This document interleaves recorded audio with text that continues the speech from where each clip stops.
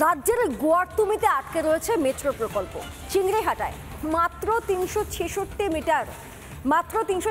Metre জমি না দেওয়ার জন্য জোড়া যাচ্ছে না মেট্রো লাইন। ইতিমধ্যে বিক্ষোভ দেখিয়েছে বিজেপি। আর অপরদিকে এই পরিস্থিতি, এই জট কাটানোর জন্য রেলমন্ত্রীর চিঠি রাজ্যকে।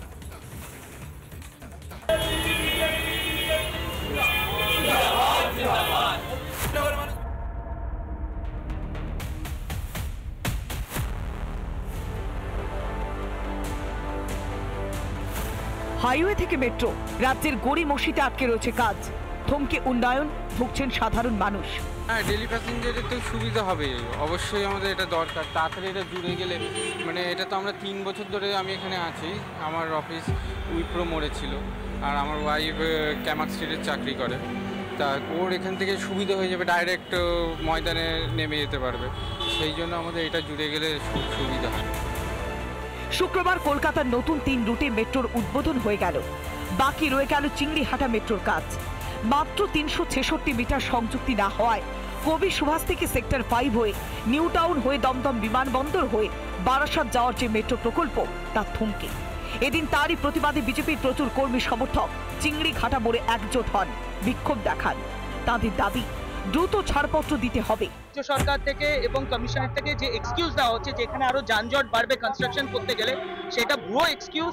এই এক্সকিউজটা বন্ধ করে আমাদের দাবি ইমিডিয়েট কনস্ট্রাকশনের জন্য কমপ্লিশন করা হয়। যেই সময়টুকু প্রয়োজন তা হলো দুটো উইকেন্ডে যদি যান চলাচল এই চিংড়িঘাটায় নিয়ন্ত্রণ করা হয়, তাহলেই এই কাজ তাড়াতাড়ি সম্পন্ন হতে পারে। তবে কোনোভাবেই পুলিশ বা রাজ্যের তরফ থেকে সুদুত্তর পায়নি আরবিএনএল, এমনটাই তারা আদালতে জানিয়েছিলেন। এর আগে চিংড়িহাটা জট নিয়ে ক্ষোভ প্রকাশ করতে দেখা গিয়েছিল কলকাতা মেট্রো জেনারেল ম্যানেজারকে।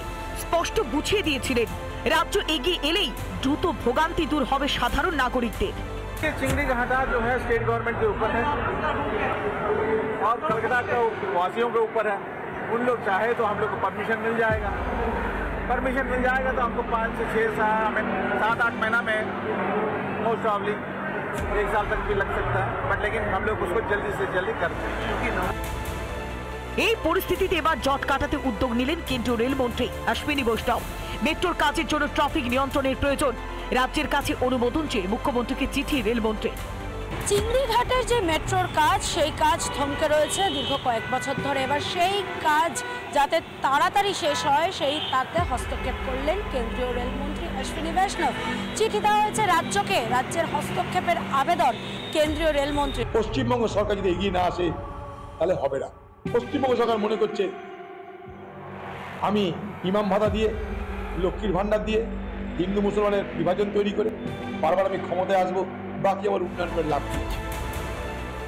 চিংড়িহাটায় যেমন থমকে মেট্রোর কাজ, তেমনি বারাণসী কলকাতা আর্থিক করিডোরও রাজ্যের গড়িমসিতে থমকে রয়েছে বলে অভিযোগ। অথচ প্রথম থেকে শর্ত ছিল রাজ্যকে জমি জোগাড় করে দিতে হবে। মেট্রো থেকে হাইওয়ে, বারবার কেন রাজ্যের অনীহা?